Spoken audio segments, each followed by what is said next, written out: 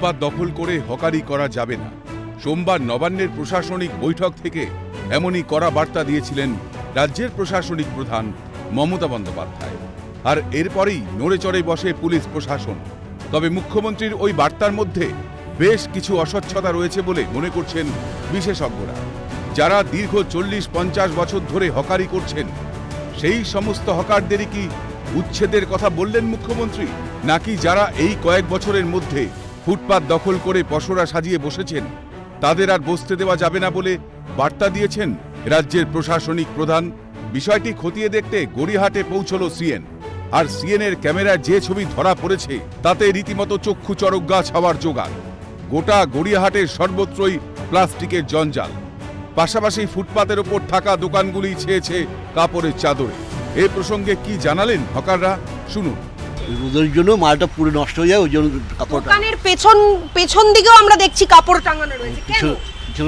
ময়লাটা ঢোকার রাস্তা, গাড়ি ময়লা ঢোকার জন্য কাপড়টা দেওয়া হয়। আমরা ওটা তো মনে হয় যে বক্তব্য আমরা মেনে নিচ্ছি। উনি তো বলে যে পিছনে একটা অ্যাডের ব্যবস্থা করে দিলে হয়ে যাবে, ওই কাপড় খুলে অ্যাড কোম্পানি অ্যাড দেবে বলেছিল আমাদের ইসে। একটা হয়ে গেলে ওই কাপড় খুলে দেবো আমরা। কী করবো, কিছু করার নেই আমাদের আর। হ্যাঁ, ওরা যদি আমাদের পুনর্বাসন দিতে হবে। আমি এত বছর ধরে দোকানদারি করছি, এত বছর আমার সংসার আছে। এদিকে মুখ্যমন্ত্রীর ওই নির্দেশের পর ফুটপাতের ওপর অবৈধভাবে গজিয়ে ওঠা দোকানপাট উচ্ছেদ অভিযানে নামে গড়িয়াহাট থানার পুলিশ। ইতিমধ্যেই বেশ কয়েকজনকে আটক করা হয়েছে। তারা এই মুহূর্তে গড়িয়াহাটের যে সমস্ত দোকানগুলো রয়েছে সেই দোকানগুলোতে ইতিমধ্যেই অভিযান চালাচ্ছেন। কোথাও বা প্লাস্টিকের ছাউনি খোলা হচ্ছে, আবার কোথাও বা জবর দখল করে যে সমস্ত দোকান ইতিমধ্যেই ফুটপাথের উপরে যে সমস্ত দোকান ইতিমধ্যেই দখল করে রয়েছে, সেই সমস্ত বাঁশের স্ট্রাকচার সেগুলোকে ইতিমধ্যে খোলা হচ্ছে বলে সেই ছবি আমরা দেখতে পাচ্ছি। এবং এখনো পর্যন্ত বেশ কয়েকজনকে আটক করা হয়েছে।